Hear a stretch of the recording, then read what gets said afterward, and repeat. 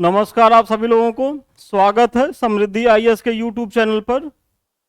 और हम पुनः उपस्थित हुए हैं अपने एमसीक्यू प्रोग्राम के तहत।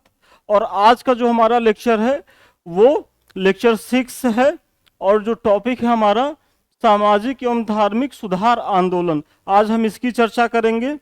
और जैसा कि आप सभी जान रहे होंगे कि हम जो है एमसीक्यू के तहत अभी मॉडर्न इंडिया से शुरुआत किए हैं और यूरोपियों का आगमन से लेकर के अभी तक हमारी जर्नी जो है आज सामाजिक एवं धार्मिक सुधार आंदोलन तक पहुंची है। तो यदि आप लोगों ने पीछे का वीडियो नहीं देखा है तो उसको आप लोग जाके देख लीजिए, अभी ज़्यादा क्लास छूटी नहीं है। तो आइए आज का हम लोग सेशन शुरू करते हैं।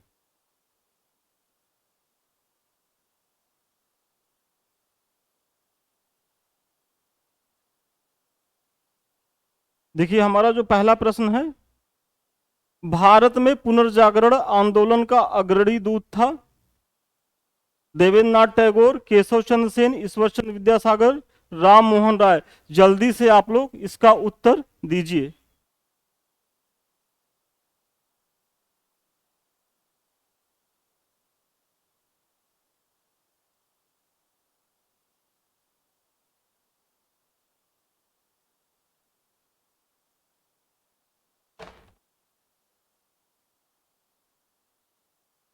और ये तो बहुत आसान सा प्रश्न है। आप लोग सोच रहे होंगे सर कैसा प्रश्न बना रहे हैं। तो ठीक है, जिसने डी बताया है वो एकदम सही है।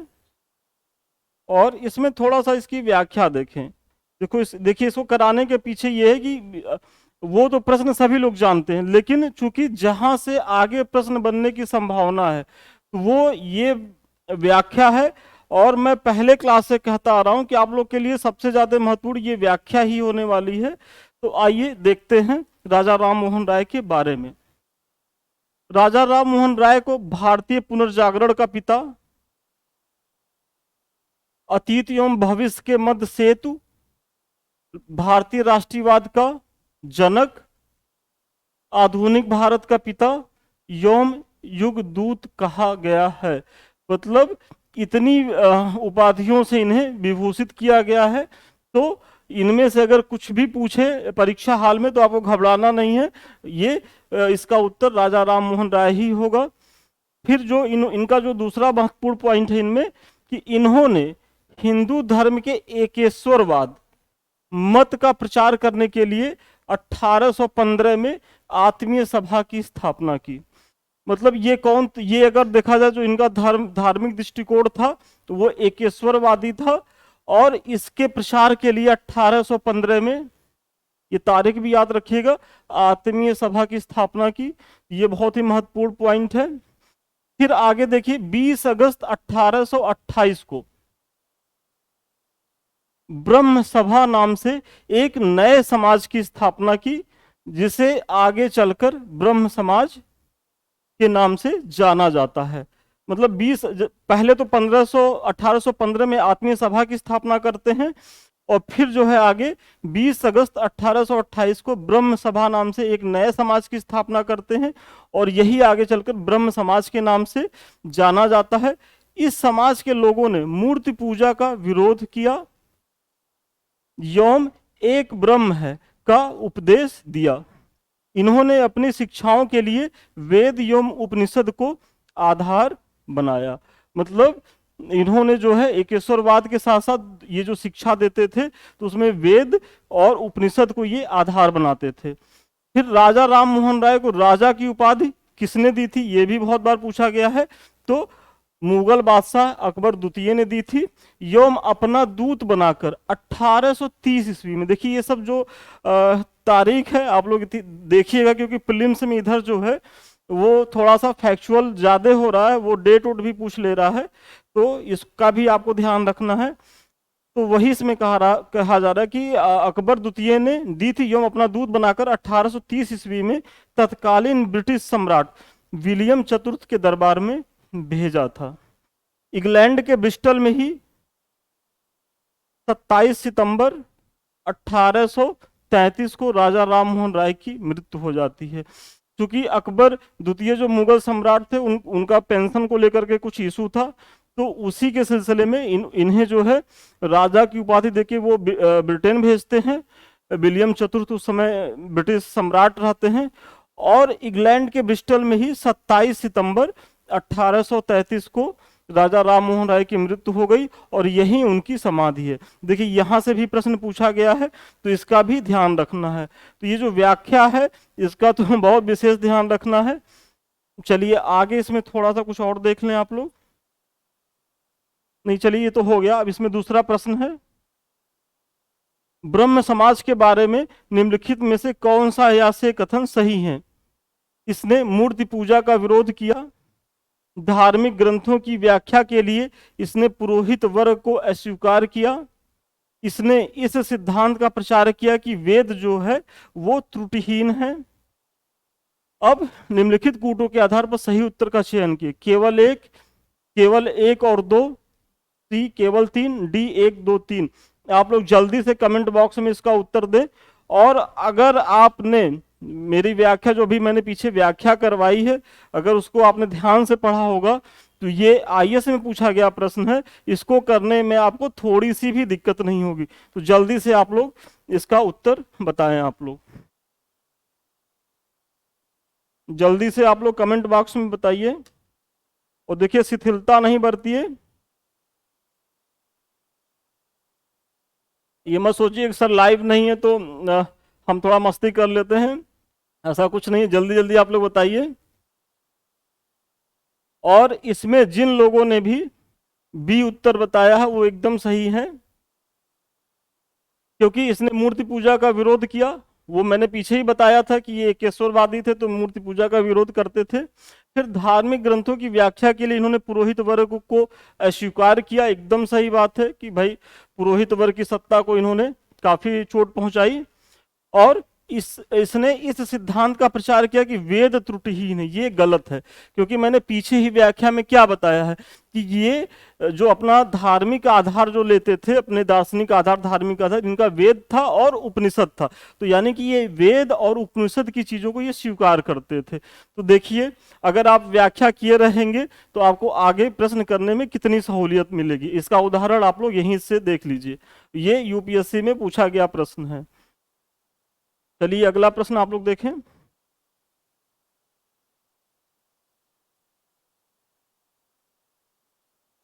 उन्नीसवीं शताब्दी के उत्तरार्ध में नव हिंदूवाद के सर्वश्रेष्ठ प्रतिनिधि थे। जल्दी से आप लोग इसका उत्तर कमेंट बॉक्स में बताएं। 19वीं शताब्दी के उत्तरार्ध में नव हिंदूवाद के सर्वश्रेष्ठ प्रतिनिधि थे रामकृष्ण परमहंस, स्वामी विवेकानंद, बंकिम चंद्र चटर्जी, राजा राम मोहन राय। जल्दी से आप लोग कमेंट करके इसका उत्तर बताइए। 10 सेकंड आपको दे रहे हैं।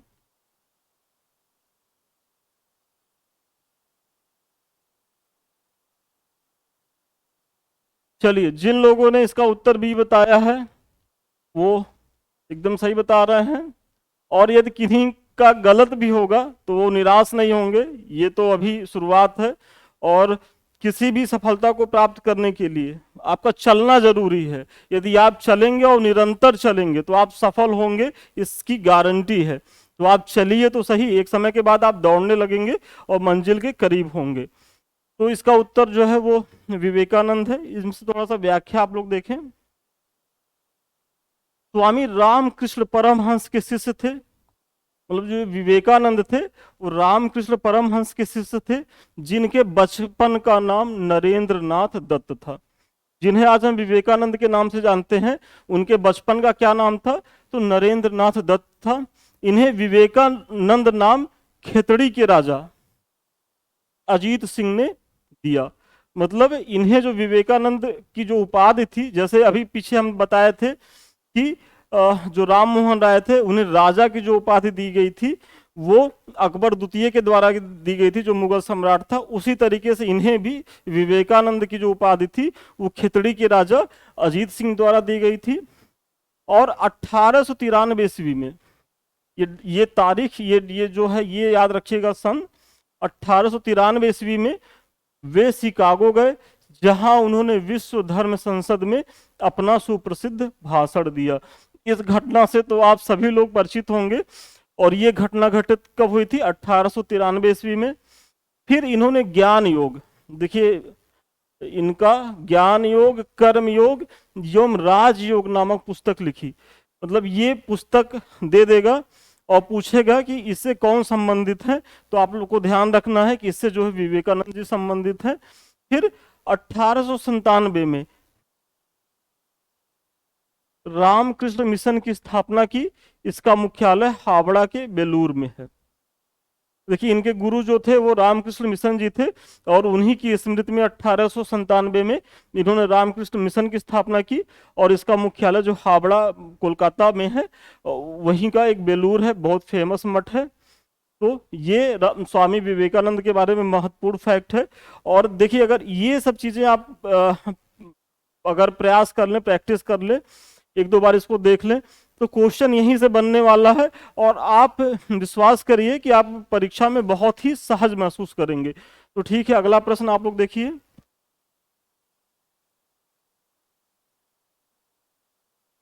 देखिए चौथा जो हमारा प्रश्न है कि ईश्वर के बारे में सोचने के लिए मेरे पास वक्त नहीं है, क्योंकि अभी इस धरती पर बहुत ही धरती पर बहुत काम किया जाना है। उपयुक्त कथन किसका है? स्वामी विवेकानंद, स्वामी दयानंद सरस्वती, स्वामी रामकृष्ण परमहंस, स्वामी ईश्वर चंद्र विद्यासागर। आजकल चाहे स्टेट पीसी हो तो चाहे यूपीएससी हो, वो ऐसे स्टेटमेंट दे देता है और पूछता है कि ये कथन किसका है। तो ये प्रश्न है कि ईश्वर के बारे में सोचने के लिए मेरे पास वक्त नहीं है, क्योंकि अभी इस धरती पर ही बहुत काम किया जाना है। उपयुक्त कथन किसका है? आप लोग जल्दी से कमेंट बॉक्स में बताइए।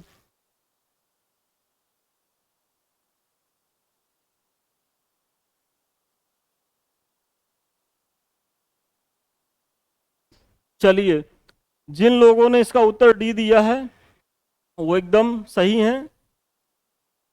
ये कथन ईश्वरचंद्र विद्यासागर जी का है। अब थोड़ा सा हम लोग व्याख्या के तहत ईश्वरचंद्र विद्यासागर के बारे में जान लेते हैं, क्योंकि ये ऐसी पर्सनालिटी है कि धर्म सुधार आंदोलन से, चाहे राजा राम मोहन राय हो या फिर अभी हमने विवेकानंद की चर्चा करी, ईश्वरचंद्र विद्यासागर हैं, तो इन लोगों से ही क्वेश्चन आना है।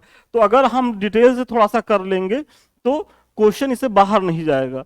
तो चलिए, इसमें जो पहला पॉइंट है कि कलकत्ता के संस्कृत कॉलेज के आचार्य, देखिए सबसे पहली पहचान इनका क्या है कि कलकत्ता के संस्कृत कॉलेज के आचार्य ईश्वरचंद्र विद्यासागर ने विधवा पुनर्विवाह के लिए अथक संघर्ष किया था।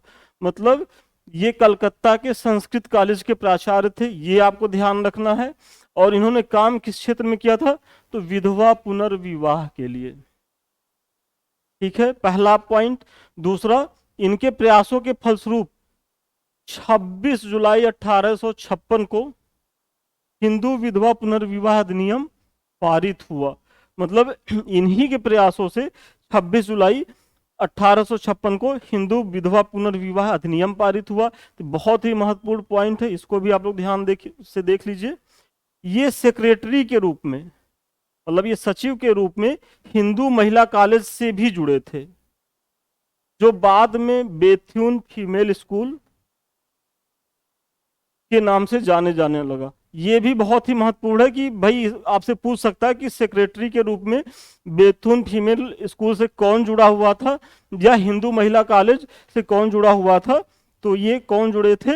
ईश्वरचंद्र विद्यासागर हैं। तो ये इनके बारे में बहुत महत्वपूर्ण फैक्ट है, और इसको आप लोग ध्यान से पेन से नोट डाउन भी कर लीजिएगा। और अगर बाय द वे आपको नोट करने में दिक्कत आ रही है, लग रहा है कि कौन इतना समय दे, तो कोई ज़रूरी नहीं है। आप हमारे टेलीग्राम पे आइएगा, इसका पीडीएफ वहाँ आपको मिल जाएगा, तो आप वहाँ से भी इसका रिवीजन कर सकते हैं। चलिए अगला प्रश्न देखते हैं। आर्य समाज की स्थापना का वर्ष है। आज तो आप लोग सोच रहे होंगे कि कितना आसान आसान क्वेश्चन सर करवा रहे हैं, लेकिन इन आसान क्वेश्चन के माध्यम से हम आपको कठिन क्वेश्चन करने का तरीका बता दे रहे हैं। कठिन क्वेश्चन यदि आएगा तो उसमें क्या पूछा जाएगा वो आपको हम बता रहे हैं। तो जल्दी से इसका उत्तर दीजिए, फिर हम जो है थोड़ा सा व्याख्या के माध्यम से आपको समझाएं। जल्दी से बताइए आप लोग।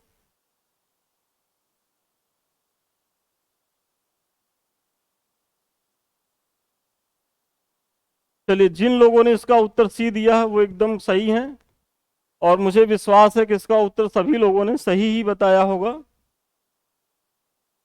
अब इसमें थोड़ा व्याख्या देखिए कि दयानंद सरस्वती ये मूल शंकर, इसी पे प्रश्न पूछा जा सकता है कि दयानंद सरस्वती का जो वास्तविक नाम क्या था, तो वो था मूल शंकर, ने अप्रैल 1875 ईस्वी में बंबई में आर्य समाज की स्थापना की, जिसका मुख्य उद्देश्य प्राचीन वैदिक धर्म की शुद्ध रूप में पुनः स्थापना करना था। मतलब इन्होंने कब स्थापना करी थी, तो अप्रैल 1875 में कहाँ करी थी, तो बंबई में। ये बहुत ही महत्वपूर्ण है, इसका ध्यान रखिए।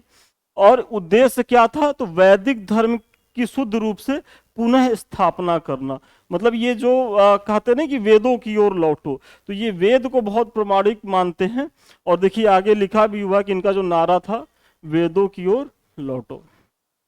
1877 ईस्वी में आर्य समाज का मुख्यालय लाहौर में स्थापित कर दिया गया।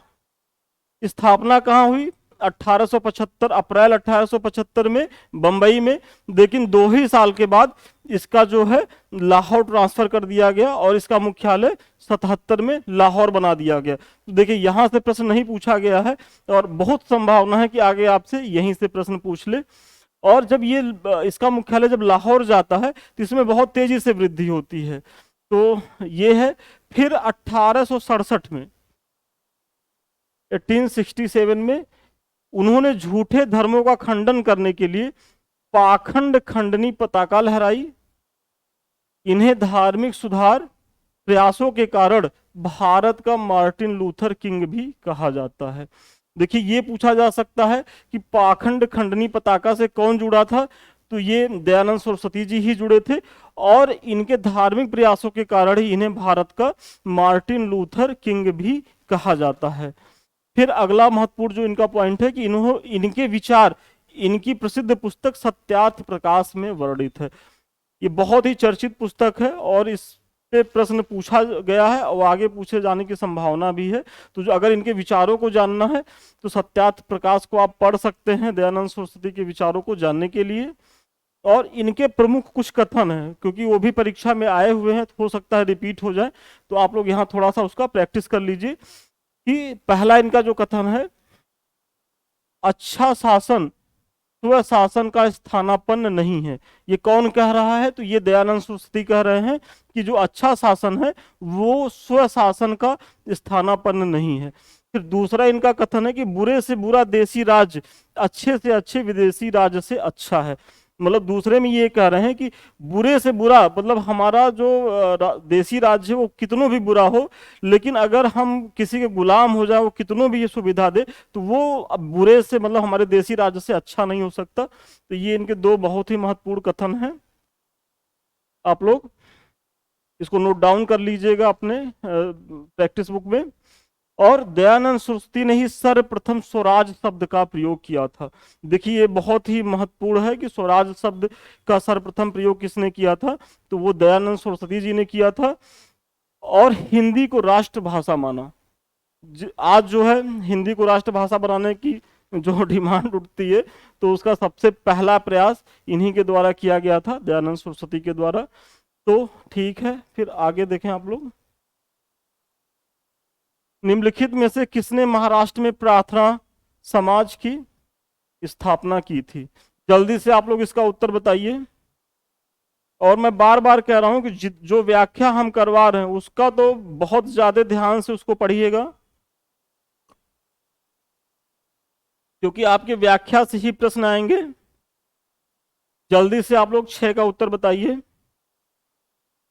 किसने महाराष्ट्र में प्रार्थना समाज की स्थापना की थी? और इसमें जिन लोगों ने इसका उत्तर ए बताया है, आत्माराम पांडुरंग, वो एकदम करेक्ट है। और थोड़ा सा इनके बारे में जानिए। एक मिनट।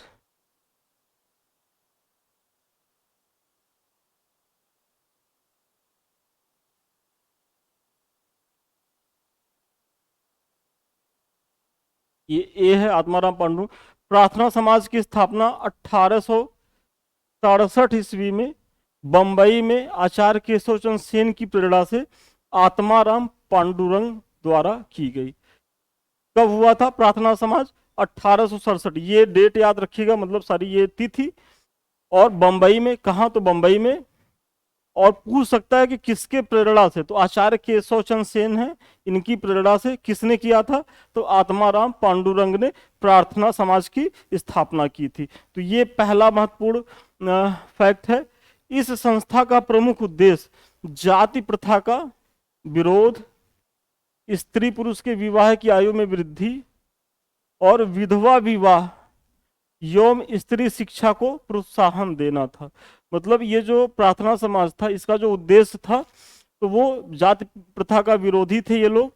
फिर स्त्री पुरुष के विवाह की आयु में ये वृद्धि चाहते थे, क्योंकि पहले बहुत कम एज में बच्चों का शादी हो जाता था, लड़के लड़कियों की, तो उसमें ये वृद्धि चाह रहे थे। और विधवा विवाह के लिए ये लोग प्रयासरत थे। साथ ही साथ स्त्री शिक्षा को भी प्रोत्साहन दे रहे थे। तो ये इनका उद्देश्य था, किसका? प्रार्थना समाज का।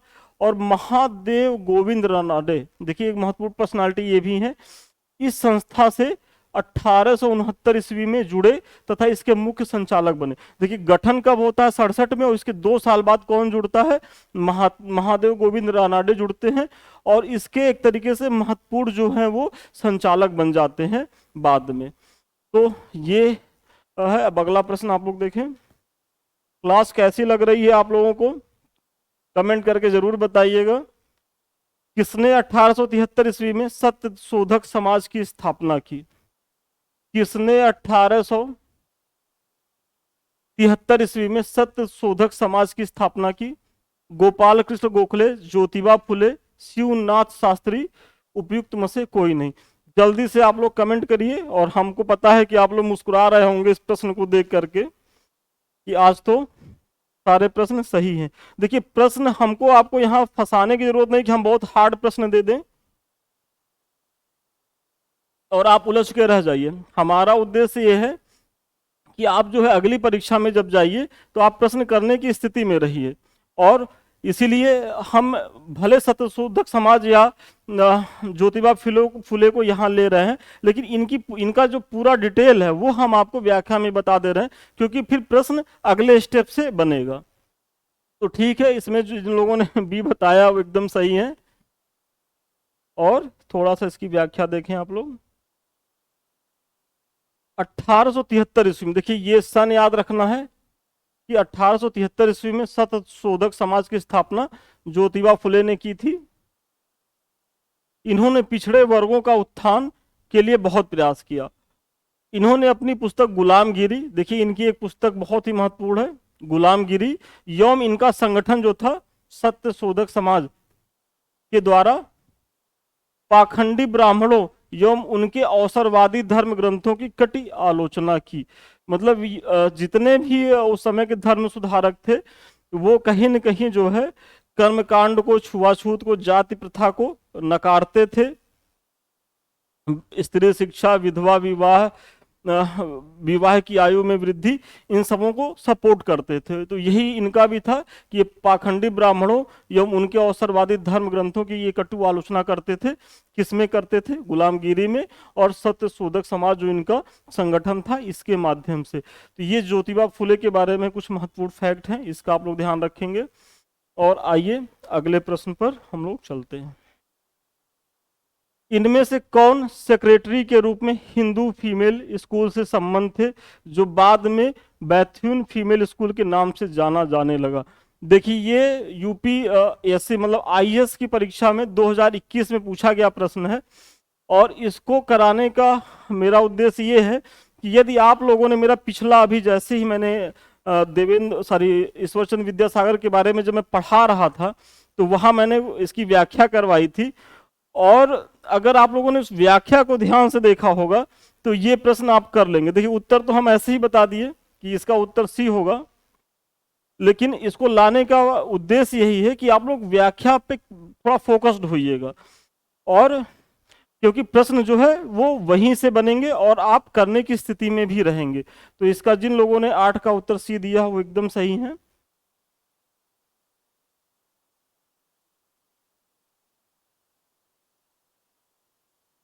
निम्नलिखित में से किसने 1872 में नेटिव मैरिज एक्ट को पारित कराने में महत्वपूर्ण भूमिका निभाई थी।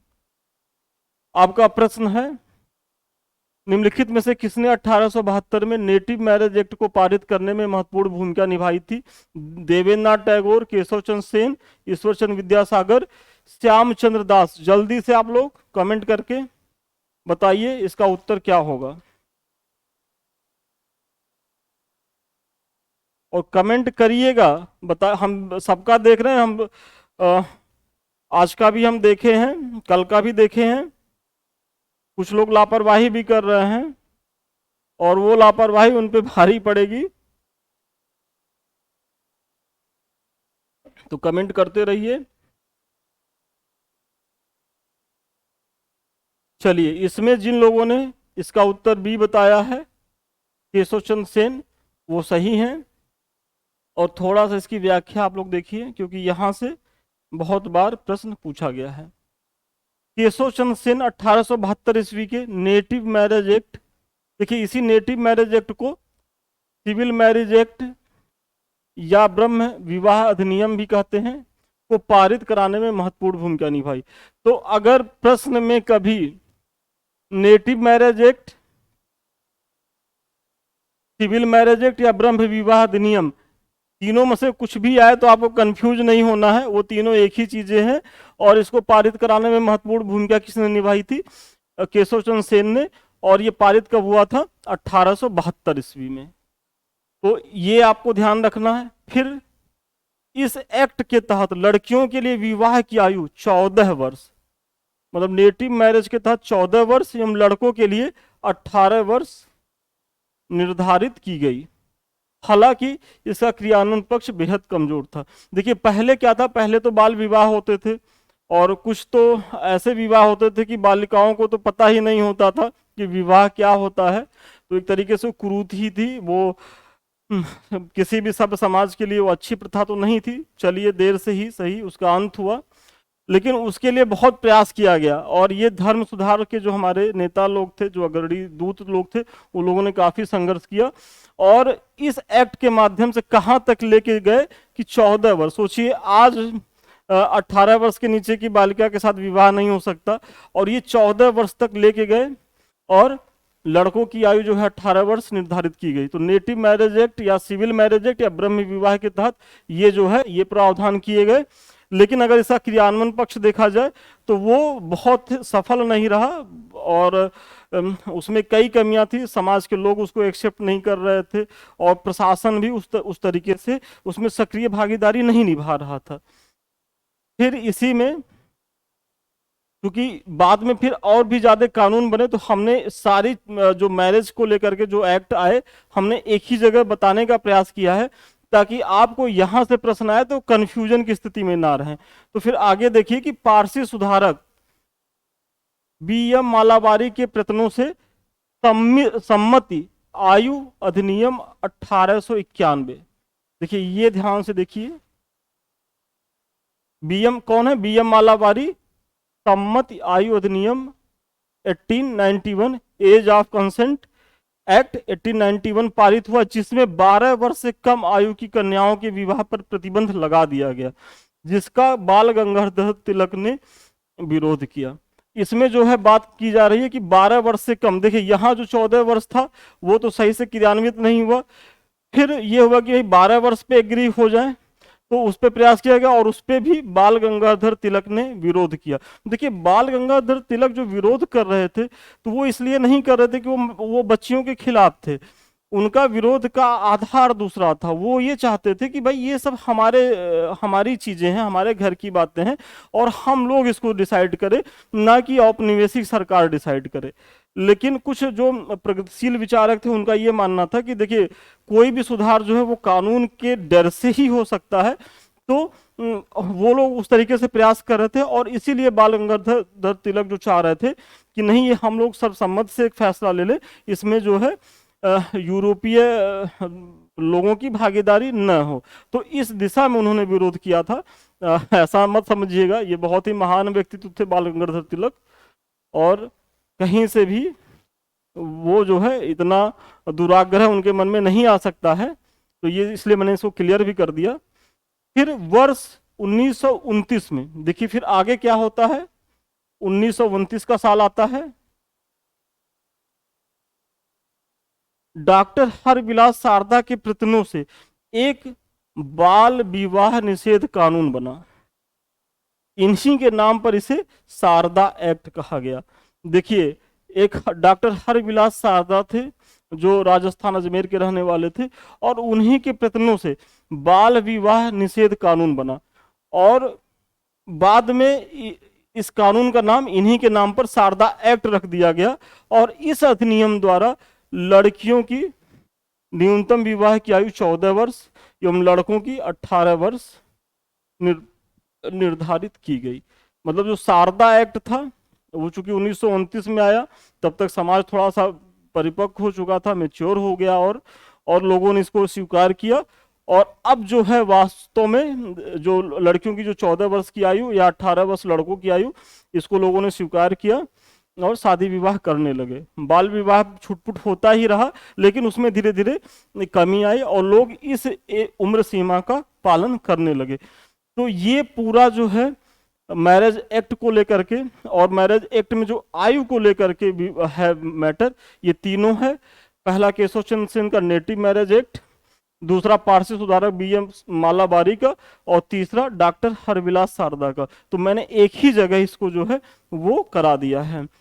अब आप लोग आगे प्रश्न देखें।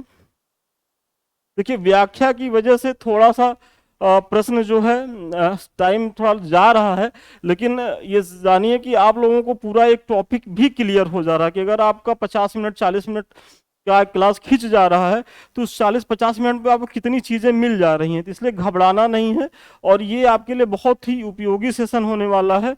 और इसकी उपयोगिता आपको तब समझ में आएगी जब आप परीक्षा देने जाएंगे और आप वहाँ बहुत बेहतर करके आएंगे। चलिए 10 नंबर हमारा है, थियोसोफिकल सोसाइटी की स्थापना किसने की थी? जल्दी से इसका उत्तर आप लोग बताइए। 10 सेकंड है आप लोगों के पास, जल्दी से इसका उत्तर बताएं।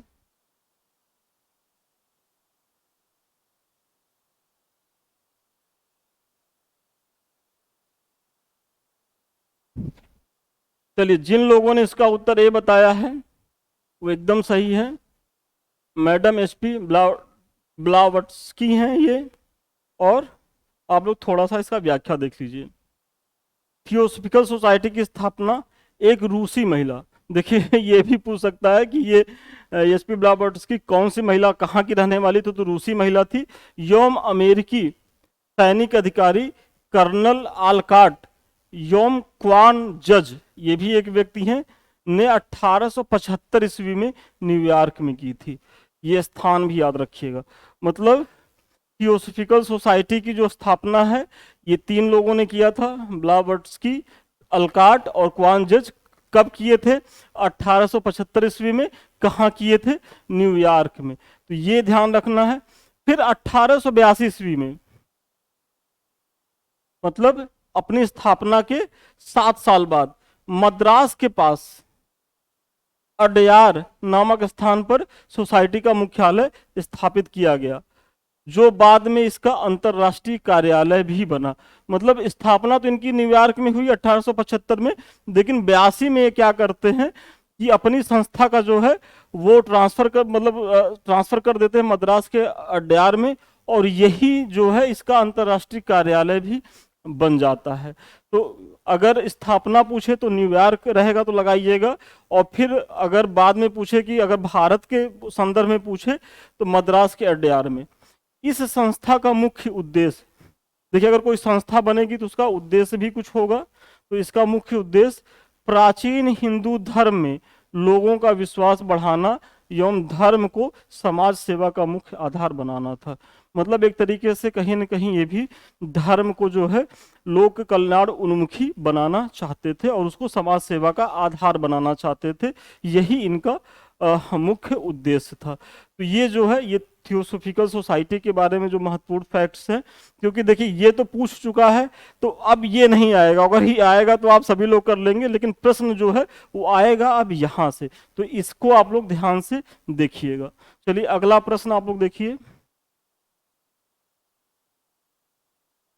पूना सार्वजनिक सभा की स्थापना की थी 1858 ईस्वी में महादेव गोविंद रानडे ने, 1870 ईस्वी में महादेव गोविंद रानडे ने, 1870 ईस्वी में पंडिता रमाबाई रानडे ने, 1870 ईस्वी में सुरेंद्रनाथ बनर्जी ने। देखिए डेट कितना करीब है, तो इसका भी ध्यान रखिएगा। और स्टेट पीसीएस में तो ये सब खूब पूछ रहे हैं। कभी 10 जुलाई को 10 जून करके आपका उत्तर गलत करा देंगे, तो ये सबका ध्यान रखना। जल्दी से इसका आप लोग उत्तर बताइए 11 का। 11 का आप लोग उत्तर जल्दी से कमेंट बॉक्स में बताएं। चलिए इसका उत्तर होगा बी, 1870 ईस्वी में महादेव गोविंद रानडे ने पूना सार्वजनिक सभा की स्थापना की थी। थोड़ा सा इसके बारे में जान लीजिए। इस संस्था के अन्य सदस्यों में बाल गंगाधर तिलक, अरविंद केलकर, गोपाल हरि देशमुख एवं जीवी जोशी शामिल थे। क्योंकि अब आगे आपसे ये पूछा जा सकता है कि इस सभा के प्रमुख सदस्य कौन थे। इन्हीं तीन लोगों का नाम दे देगा, एक दूसरा कोई नाम दे करके आपसे पूछ लेगा। तो इनका सदस्य भी जान लीजिए कि बाल गंगाधर तिलक, अरविंद केलकर और गोपाल हरि देशमुख ये हैं। और इस संस्था सरकार एवं इस संस्था का उद्देश्य जो है, देखिए यहाँ मिसप्रिंट हो गया है। इस संस्था का उद्देश्य सरकार एवं जनता के बीच मध्यस्थता कायम करने के लिए स्थापित की गई थी। मतलब इसका जो उद्देश्य था, सरकार एवं जनता के बीच एक तरीके से ये मध्यस्थ की भूमिका निभाने के लिए ये गठित की गई थी। तो ये है इसका। अब फिर अगले प्रश्न पे आप लोग आइए।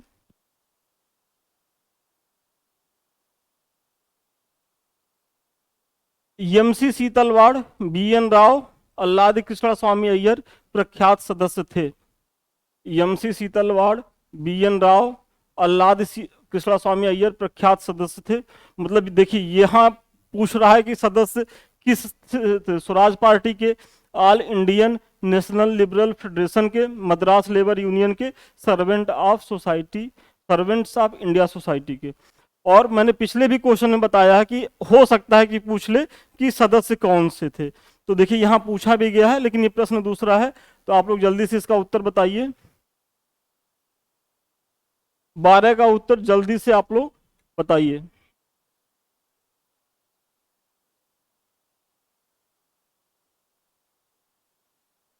देखिए इसमें जिन लोगों ने डी लगाया है वो एकदम सही है। इसका उत्तर होगा सर्वेंट्स ऑफ इंडिया सोसाइटी। और थोड़ा सा इसके बारे में जान लीजिए आप लोग। सर्वेंट गोपाल कृष्ण गोखले ने 1905 में, देखिए इसके जो संस्थापक थे वो गोपाल कृष्ण गोखले थे। और कब गठन किया था सर्वेंट्स ऑफ इंडिया सोसाइटी की, तो 1905 में। तो ये तिथि भी याद रखिएगा क्योंकि ये एग्जाम में पूछा गया है। इसका उद्देश्य मातृभूमि की सेवा के लिए प्रचारक तैयार करना था। कभी उद्देश्य के बारे में भी प्रश्न जनरली यहाँ से नहीं पूछता है, लेकिन अगर उद्देश्य आप जानते रहेंगे तो आप अपने परीक्षा में, मुख्य परीक्षा में भी इसका उपयोग कर सकते हैं। और हो सकता है कभी पूछ ले। तो इसका जो उद्देश्य था कि मातृभूमि की, देखिए सर्वेंट सोसाइटी था तो सर्वेंट्स क्या करेंगे, सेवा भाव की ही भावना थी। तो किसकी सेवा भाव की भावना थी, तो वो मातृभूमि की सेवा के लिए प्रचारक तैयार करना था। और ये तो अभी हमने बताया है कि एमसी सीतलवाड़, बीएन राव, अल्लादी कृष्ण स्वामी अय्यर इसके महत्वपूर्ण सदस्य थे। चलिए अगला प्रश्न आप लोग देखिए।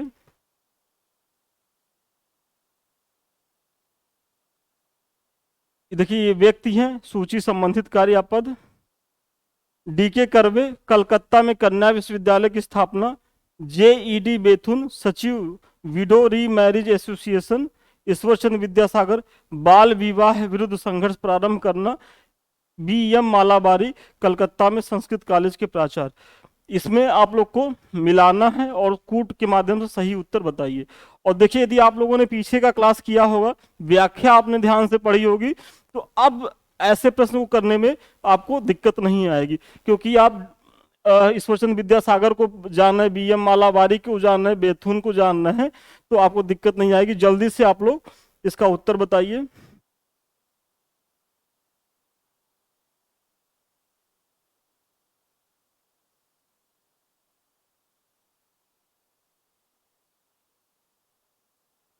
चलिए, जिन लोगों ने इसका उत्तर ए बताया है वो एकदम सही है, और इसकी व्याख्या आप लोग देखिए।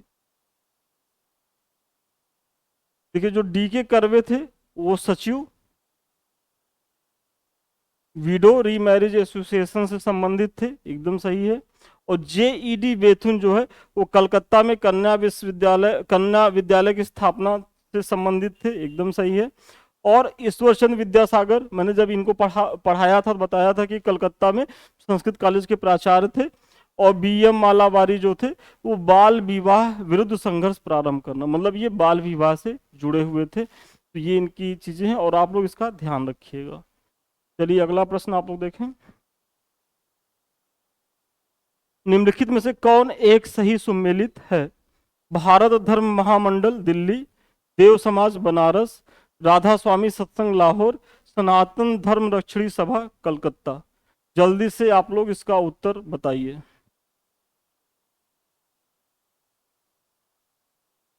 जल्दी से आप लोग इसका उत्तर बताइए।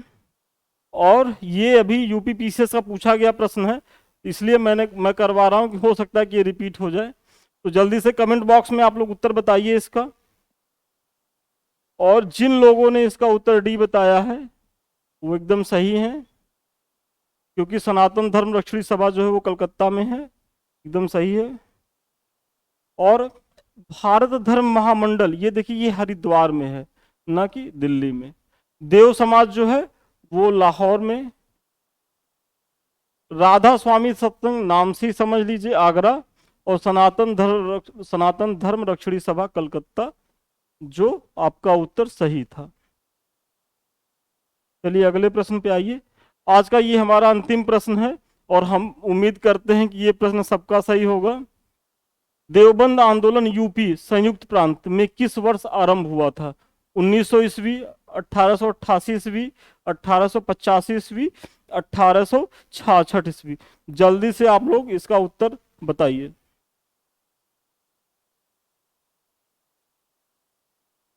देवबंद आंदोलन यूपी में किस वर्ष आरंभ हुआ था? और जो लोग भी इसका उत्तर 1866 बता रहे हैं वो एकदम सही हैं, वो सही उत्तर बता रहे हैं। और थोड़ा सा इसकी व्याख्या देख लें। इस आंदोलन की शुरुआत कासिम अल ननौतवी, देखिए ये नाम याद रखना है क्योंकि अब वो तो पूछा जा चुका है, तो अब 1866 आपको याद रहना चाहिए, लेकिन अब वो आएगा नहीं। अब आएगा कहाँ से? यहाँ से कि इस आंदोलन की शुरुआत कासिम अल ननौतवी द्वारा 1866 ईस्वी में देवबंद सहारनपुर में हुई। मतलब ये स्थान देवबंद है जो सहारनपुर यूपी में है। इसके सह संस्थापक देखिए, अब यहां से भी प्रश्न पूछ सकता है कि इसके सह संस्थापक कौन थे? रशीद अहमद गंगोही, सैयद अहमद आबिद एवं जुल्फिकार अली इसके सह संस्थापकों में से थे। उद्देश्य, अब इस जो संगठन था देवबंद आंदोलन था, इसका उद्देश्य क्या था? तो मुसलमानों में कुरान एवं हदीस की शुद्ध शिक्षा का प्रसार करना। सबसे पहली चीज तो ये जो बाद में जो इस्लाम में जो विकृतियां आई थी, तो वो विकृतियां दूर करने के लिए ये कुरान और हदीस में जो मूल बातें कही गई हैं उनके माध्यम से शुद्ध इस्लामिक शिक्षा का ये अपने लोगों के बीच प्रचार कर रहे थे। और दूसरा जो इनका उद्देश्य था कि विदेशी शासकों के प्रति जिहाद की भावना को जीवित रखना। मतलब ये जो ब्रिटिश आकर के यहाँ रूल कर रहे थे, तो इसका इन लोगों ने पुरजोर विरोध किया था। मतलब ये जो सर सैयद अहमद खां का आंदोलन था, उससे जस्ट ये अपोजिट विचारधारा के लोग थे। कहाँ सर सैयद अहमद खां सपोर्ट कर रहे थे, कहाँ वो पाश्चात्य शिक्षा की वकालत कर रहे थे, और ये जस्ट इसके विरोधी थे। यहाँ अंग्रेजी शिक्षा एवं पाश्चात्य संस्कृत का पूर्ण रूप से वर्जित थे। मतलब यहाँ न तो अंग्रेजी शिक्षा को महत्व था, न पाश्चात्य संस्कृति। मतलब ये एक तरीके से वर्जित था किसमें? देवबंद आंदोलन में। तो आज का जो हमारा प्रश्न है वो यहीं तक था, और बहुत अच्छा लगा कि आप लोग धैर्यपूर्वक अभी तक बने रहे। और आगे देखिए, ये हमारे समृद्धि आईएएस का टेलीग्राम चैनल है। देखिए, इससे आप लोग इसलिए जुड़िए कि यदि आप लोग नोट नहीं कर पा रहे हैं तो हम इसका पीडीएफ आपको यहाँ भेज देंगे। तो आप जो है यहाँ से आप डाउनलोड करके रिवीजन करते रहिएगा जो हम पढ़ा रहे हैं। दूसरी चीज आपको पता होगा कि हमारा मेंस आंसर राइटिंग प्रोग्राम भी चल रहा है, और उसके तहत यदि आप आंसर राइटिंग करना चाह रहे हैं तो आप उत्तर लिखिए, वहां ग्रुप में भेजिए, हम उसकी मार्किंग कर देंगे। और वहां बहुत से बच्चे आंसर राइटिंग कर भी रहे हैं, तो आप जब उस ग्रुप से जुड़ेंगे तो आपको लगेगा एक तो प्रतिस्पर्धा की भावना आएगी, लेकिन वो सकारात्मक रहेगी। आपको देख के अच्छा लगेगा कि अगर कोई बच्चा अच्छा लिख रहा है तो हम भी कैसे प्रेरित हो। और साथ ही साथ हमारा जो है उसमें हमारा भी सहयोग रहेगा कि यदि जब हम उसको उसका मूल्यांकन करेंगे तो जो कमी रहेगी वो बता देंगे। तो टेलीग्राम आपके लिए बहुत ही लाभदायक है, इससे आप लोग जुड़िए। और ये समृद्धि आईएएस का यूट्यूब चैनल है, इसे लाइक करिए, सब्सक्राइब करिए, शेयर करिए, ये आप ही का चैनल है, और इसे आप लोग आगे बढ़ाइए। और अभी जाइएगा नहीं, एक अगला जो बहुत महत्वपूर्ण सूचना है वो भी देखिए। हमारा जो पिछला टॉपिक है एमसीक्यू प्रोग्राम के तहत, चूंकि मैंने कहा था कि मैं सप्ताह में 4 दिन इसको लाऊंगा, एक दिन मेंस के लिए और फिर शनिवार को करंट अफेयर्स। तो जो हमारा पिछला था वो आधुनिक भारत में प्रेस के विकास को लेकर के था। यदि आप लोगों ने इस वीडियो को नहीं देखा होगा तो आपको प्लेलिस्ट में मिल जाएगा, हमारे यूट्यूब चैनल पे भी है और टेलीग्राम पे भी पड़ा हुआ है। तो आप लोग जा करके वहां से इसको देख लीजिए। और फिर जल्दी ही जल्दी क्या, कल फिर 6 बजे उपस्थित होंगे आप लोग के समक्ष। रिकॉर्डेड के माध्यम से हो सकता लाइव भी हो जाए, वो सूचित कर दिया जाएगा आप लोगों को, लेकिन 6 बजे आएंगे ये तो श्योर है। तो ठीक है, मिलते हैं नेक्स्ट डे, तब तक के लिए धन्यवाद, थैंक यू।